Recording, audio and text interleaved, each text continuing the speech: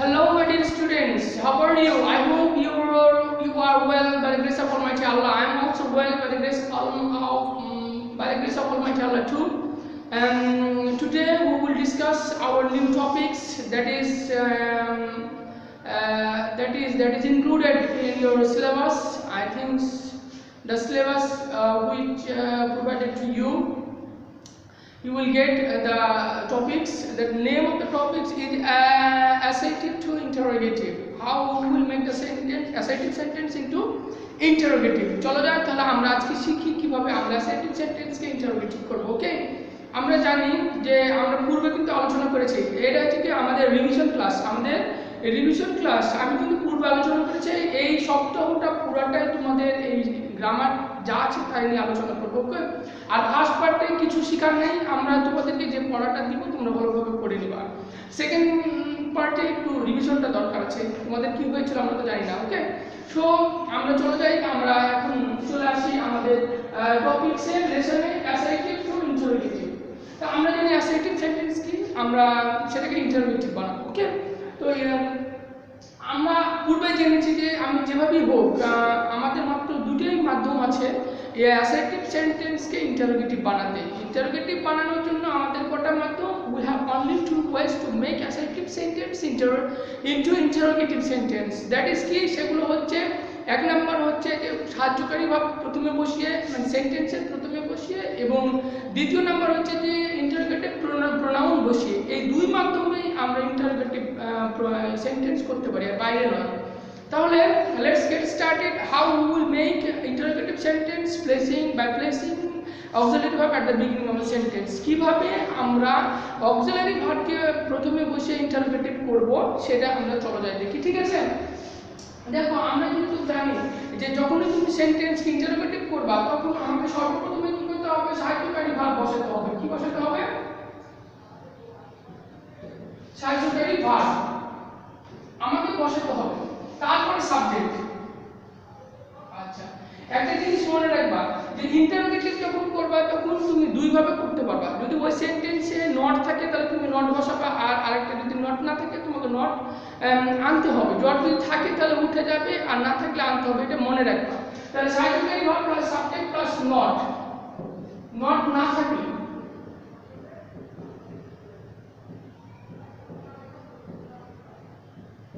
সেন্টেন্সে যদি নট না থাকে তাহলে সাহায্যকারী verb plus subject plus not plus পরের অংশ।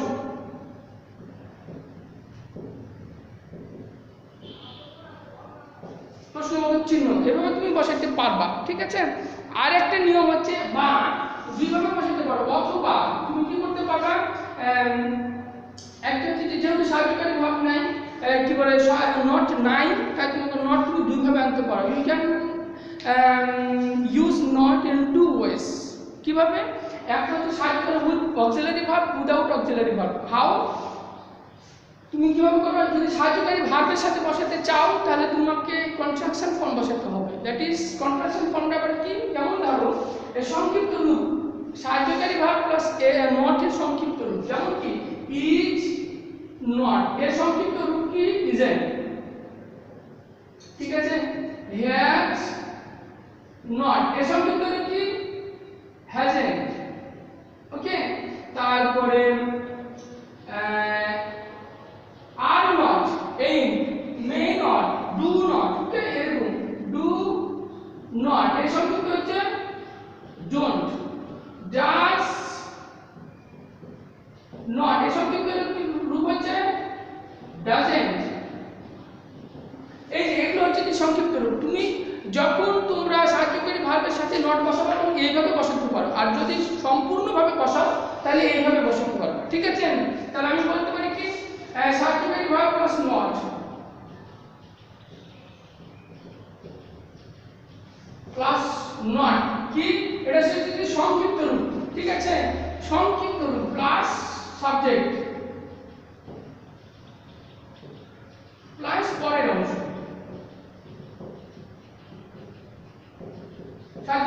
প্রশ্নবোধক চিহ্ন, এই দুই ভাবে তুমি কি করতে পারবা, তুমি ইন্টারোগেটিভ করতে পারো। এখন শর্ত হচ্ছে যে সাহায্যকারী ভার্ব কিন্তু তুমি প্রত্যেকটা সেন্টেন্সে পাবা, each and every sentence you will get auxiliary verb পাবা, কিন্তু পাবার না দুটো টেন্স, একটা হচ্ছে প্রেজেন্ট ইনডিফিনিট টেন্স আর একটা হচ্ছে পাস্ট ইনডিফিনিট টেন্স। এই দুইটা টেন্সে তুমি কি পাবা না, তুমি সাহায্যকারী ভার্ব পাবা না, তাহলে তোমাকে আনতে হবে। চিন্তার কিছু নেই, যখন নট না থাকবে তখন সাহায্যকারী ভার্ব এই দুটো সেন্টেন্সে থাকবে না। তাহলে তুমি কি আনবা? প্রেজেন্ট ইনডিফিনিট টেন্সে তুমি কি আনবা? প্রেজেন্ট ইনডিফিনিট টেন্সে তুমি আনবা ডু অথবা ডাজ, ডু অথবা ডাজ। আর পাস্ট ইনডিফিনিট টেন্সে আনবা ডিড। ঠিক আছে, এটা হচ্ছে প্রেজেন্ট আর এটা হচ্ছে পাস্ট। তাহলে প্রেজেন্টে ডু অথবা ডাজ, সরি ডু অথবা ডাজ এই দুটোই নিয়ে আসবে। ওকে, এখন শর্ত হচ্ছে যে ডু আসবে ভার্ব প্রেজেন্ট, আর যখন এস বা ইএস যুক্ত থাকবে ভার্ব তখন ডাজ নিয়ে আসবে। যেমন দেখুন, তাহলে আমি প্রথমে কি শিখলাম? প্রথমে শিখলাম আমাকে সাহায্যকারী ভার্ব প্লাস নট নিয়ে আসতে হবে। এটা কিন্তু নিয়ম হচ্ছে যখন সেন্টেন্সে নট থাকবে না। যেমন একটা উদাহরণ দিই, আই ট্রাইস। এই সেন্টেন্সে কি সাহায্যকারী ভার্ব আছে? আমি এটাকে ইন্টারোগেটিভ করব। I will make the sentence in interrogative sense. ঠিক আছে, ইন্টারোগেটিভ। তাহলে আমি যখন এই সেন্টেন্সটাকে ইন্টারোগেটিভ করব তখন আমাকে সর্বপ্রথম দেখতে হবে কি এই সেন্টেন্সে কি নট আছে নাই, there is no not here, আছে কি নাই। তাহলে আমাকে কি করতে হবে? নট নিয়ে আসতে হবে। আর কি এখানে সাহায্যকারী ভার্ব আছে? Is there any auxiliary verb? No, there is no auxiliary verb in this sentence. তাহলে আমাকে কি করতে হবে? কোনো এই সেন্টেন্সে কোনো অক্সিলারি ভার্ব নেই। তাহলে আমাকে কি করতে হবে? অক্সিলারি ভার্ব আমাকে নিয়ে আসতে হবে। তাহলে কোন অক্সিলারি ভার্ব নিয়ে আসবো? এবার প্রশ্ন আসে না, তাহলে হয় আমি ডু ডাজ অথবা ডিড নিয়ে আসবো। তাহলে আমি কি এখানে ডু ডাজ অর ডিড কোনটা নিয়ে আসবো? দেখো এই যে এই ভার্বটা কোন ফর্মে আছে? প্রেজেন্ট ফর্মে আছে, অবশ্যই প্রেজেন্ট ফর্মে আছে। তাহলে আমাকে নিয়ে আসতে হবে হয় ডু অথবা ডাজ, মানে ডিড তো পাস্ট ফর্মে থাকলে ডিড, বাদ বাকি থাকলে আমাকে কি আনতে হবে? তাহলে আমাকে আনতে হবে হচ্ছে ডু অথবা ডাজ। এখন আমার শর্ত তো ডু আনবো না ডাজ আনবো। যদি এই ভার্বটার পরে এস বা ইএস যুক্ত থাকতো তাহলে আমি কি করতাম? ডাজ নিয়ে আসতাম। যেহেতু নাই তাহলে আমি কি আনবো? ডু আনবো। এটা মনে আছে? ঠিক আছে, তাহলে দেখো আমি ডু নিয়ে আসলাম। আচ্ছা, ডু নিয়ে এসে আমি দুইভাবে এটাকে করতে পারি। একটা হচ্ছে নট, যেহেতু নাই তাই আমাকে নট আনতে হবে। আছে কি সেন্টেন্সে নট? নো, এখানে কোনো সেন্টেন্সে নট নাই, তাই আমাকে নট নিয়ে চলে আসতে হবে। ডোন্ট তুমি দুইভাবে নিয়ে আসতে পারো, আমি বলেছি। এই ডোন্ট এটা কনট্রাকশন ফর্ম, এভাবে নিয়ে আসতে পারো। অসাথে যদি বসা, যদি মনে করো যে আমি I will place not along with the auxiliary verb, তাহলে তোমাকে কি করতে হবে? You have to place the contraction form of auxiliary verb and not. তোমাকে অক্সিলারি ভার্ব এবং নটের যে সংক্ষিপ্ত আকার তখন সেটা বসাতে হবে। যদি তুমি মনে করো যে আমি সাহায্যকারী ভার্ব এবং নটটা একসাথে বসাবো, ওকে, তুমি ভিন্নভাবে বসাতে পারো। যদি মনে করো আমি নটটা আলাদাভাবে বসাবো, তাহলে সাহায্যকারী ভার্ব সাবজেক্টের পরে তুমি নটটা just place not of subject, সাবজেক্টের পরে তুমি নটটা বসিয়ে দাও, তাহলেই হয়ে যাবে। ওকে, তাহলে এবার চলে আসো, ডোন্ট আই ইট রাইস। হয়ে গেল। এবার আরেকটা কি, তুমি এটা বললে এই নিয়মে, আমি এই নিয়ম করতে পারি না? অবশ্যই নিয়ম পারি। তাহলে এটা হলে কি হবে উত্তরটা? এই উত্তরটা হবে do I not eat rice. Do I not eat rice. হয়ে গেল, আমি বুঝাতে পেরেছি? তাহলে এরকম এবার এটা থাকলো কি, যত রকমের সাহায্যকারী ভার্ব যেগুলো থাকুক আর না থাকুক, নট যেগুলো থাকবে এরকম। এখন একটা দেখো সাহায্যকারী ভার্ব দিয়ে আমরা একটু উদাহরণ দিই। একটা সেন্টেন্সে যেখানে সাহায্যকারী ভার্ব আছে সেটা দিয়ে উদাহরণ দিব। ওকে, দেখো যেমন আই হ্যাভ ইটেন রাইস। দেখো এই সেন্টেন্সে কি নট আছে? এই সেন্টেন্সে কিন্তু নট নাই, এখানে নট নাই, কিন্তু কি আছে? কি আছে বলতো? সাহায্যকারী ভার্ব আছে। তাহলে আমাকে কি করতে হবে? নট বসাতে হবে। তাহলে দেখো হ্যাভেন্ট, হ্যাভেন্ট, ঠিক আছে, আই ইটেন রাইস। দুইভাবে করতে পারো। আর কি করতে পারো? আমি হ্যাভ, তাহলে কি করতে পারি? আই নটটা পরে বসালে এইভাবে সাবজেক্টের পরে বসাতে হবে, ইটেন রাইস। আমি তো বুঝাতে পেরেছি? হ্যাঁ, ওকে। তাহলে যত রকম আছে সাহায্যকারী ভার্ব থাকার, সাহায্যকারী ভার্ব থাকার না থাক, যখন নট না থাকবে তখন এইভাবে করতে হবে। এবার আসো নট থাকলে, সেন্টেন্সে যদি নট থাকে, নট থাকলে, ঠিক আছে, নট যদি থাকে তাহলে কি করতে হবে? সেন্টেন্সে যদি নট থাকে একেবারে সোজা, আরো সোজা, সেটা কি করব? নটটাকে তুলে দেব। আমি কি করব? যদি সেন্টেন্সে if there is not in the sentence or not in sentence, তখন আমাকে কি করতে হবে, we have to remove not. What we have to remove not from the sentence. Sentence থেকে তুমি নটটাকে তুলে দাও। তারপরে কি করবে, the next step is to place auxiliary verb at the beginning of the sentence. সেন্টেন্সের উপরে সাহায্যকারী যে ভার্বটা আছে এটা সেন্টেন্সের প্রথমে বসিয়ে দাও। তাহলে আমার প্রথম কাজ কি, নট থাকলে আরো সোজা, নটটাকে তুলে দিব, সাহায্যকারী ভার্বটা কি সাবজেক্টের পূর্বে বসাই দেবো। তাহলে মনে রাখবে নট থাকলে কিন্তু সাহায্যকারী ভার্ব থাকবে, তুমি পাবা, ঠিক আছে। তাহলে এবার চলে যাও, আই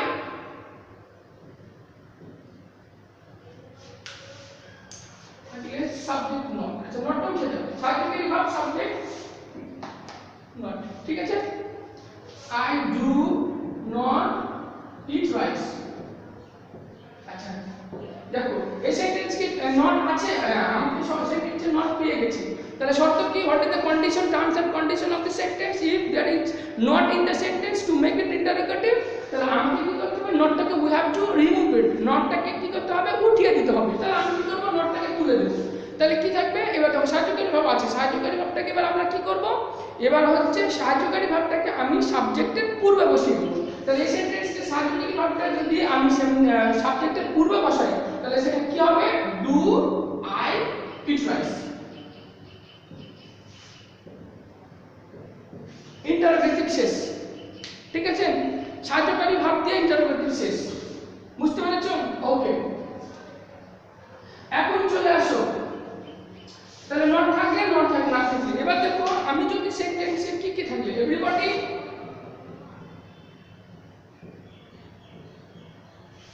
everyone,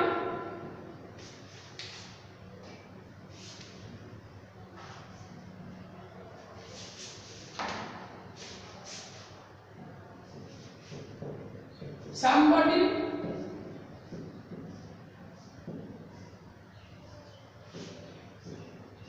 someone থাকলে আমাকে ইন্টারোগেটিভ করতে হবে হচ্ছে হু বসিয়ে। প্রথমে কি বসাতে হবে, হু। ওকে, দেখো হু প্লাস সাহায্যকারী ভাব, সাহায্যকারী ভাব প্লাস নট। মনে রাখবে একটা সেন্টেন্স, রিমেম্বার ওয়ান থিংস, যখনই এই সেন্টেন্সে everybody, everyone, somebody, someone or হচ্ছে ওয়াল, এগুলো যখন থাকবে তখন অবশ্যই ওখানে কিন্তু নট থাকবে না। কি থাকবে না, নট থাকবে না। তাহলে তোমাকে নট আনতে হবে। আমি পূর্বে বলেছি যে নট থাকলে উঠে যাবে, না থাকলে আনতে হবে। That is the terms and conditions of making interrogative sentence, ঠিক আছে না, এটা করতেই হবে।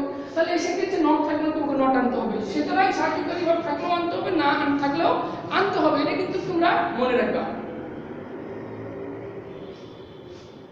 ঠিক আছে। তাহলে এবার দেখো আমি একটা উদাহরণ দিই,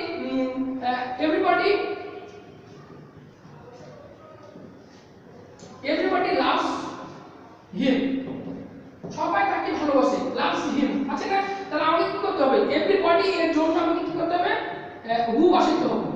কি, হু বসাতে হবে এভরিবডির জন্য হু। যে এখানে দেখো আমাকে নট আনতে হবে না, নট। তাহলে নট একা তো বসতে পারে না, আমরা এটা জানি, কিন্তু নট নেভার কামস অ্যালোন, একা আসতে পারে না। তাহলে কি আসবে, সাহায্যকারী ভাব আসবে। সাহায্যকারী ভাব হবে এস বাই এস। তাহলে শর্তটা কি ছিল, এস বাই এস থেকে ডাজ আসবে, ডাজ নট লাভ হিম, এই তো, তাই কি না। ওই যে ডু ডাজ, ডু মানে ডাজে ডাজ আসলে এস বাই এসটা উঠে যায়, এটাই তো শেষ ইন্টারোগেটিভ, এটা একটা শেষ। তাহলে আমরা জানলাম যদি সেন্টেন্সে এভরিবডি, এভরিওয়ান, সামবডি, সামওয়ান থাকে তাহলে হু প্লাস সাহায্যকারী ভাব প্লাস নট দিয়ে পরের অংশ, ওকে, সাথ দিয়ে প্রশ্নবোধক চিহ্ন লিখবা। এখন দেখো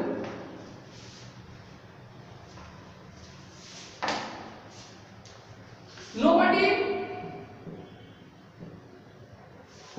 no one, none যদি থাকে তাহলে আমাকে কি করতে হবে, ইন্টারোগেটিভ করার সময় এদের পরিবর্তে হু।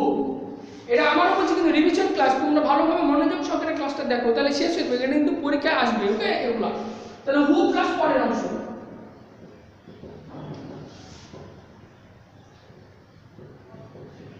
সেন্টেন্সে নো বা নট জাতীয় কিছু থাকলে ইন্টারোগেটিভ করার সময় একেবারে সোজা, তাই না।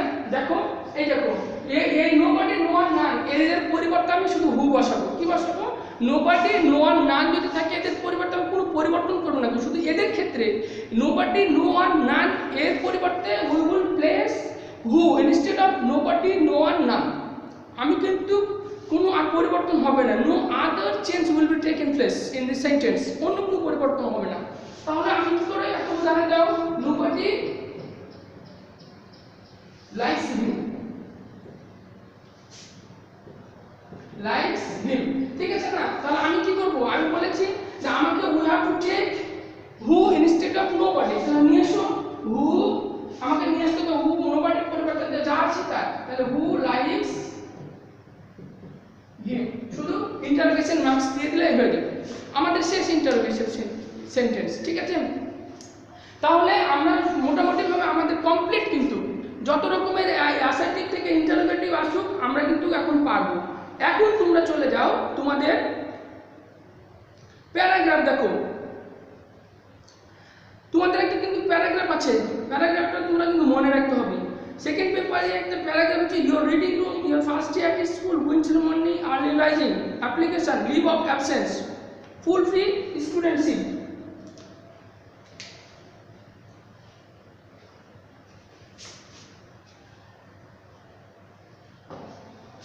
তোমাদের রিভিশন, অ্যাপ্লিকেশন, হোমওয়ার্ক, অ্যাপ্লিকেশন হচ্ছে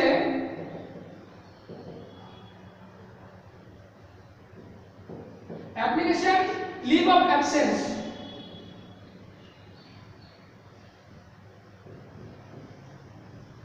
লিভ অফ অ্যাবসেন্সটা দেখে আসবে, ওকে? লিভ অফ অ্যাবসেন্স দেখে আসবে অ্যাপ্লিকেশন, ওকে? তোমরা কিন্তু বাসায় এটা দেখবা, ওকে? আর যাদের নবদূত আছে আমি বললাম, নবদূতের কিন্তু তোমরা ফার্স্ট পেপারের জন্য সিট প্যাসেজ এটা কিন্তু ভালোভাবে দেখে নিবা। এমসিকিউ থাকবে লেসন 1 থেকে 13, ইএফটি হচ্ছে 1 থেকে 13, আমরা কিন্তু শেষ করে দিয়েছি মোটামুটি ভাবে 1 থেকে 13। আর আনসিন হচ্ছে নবদূত গাইডের 1 থেকে 5 নম্বরের যে আনসিনগুলো আছে এগুলো তোমরা প্র্যাকটিস করবা। নবদূত গাইডের নবদূত আনসিন, আনসিন নবদূত, নবদূত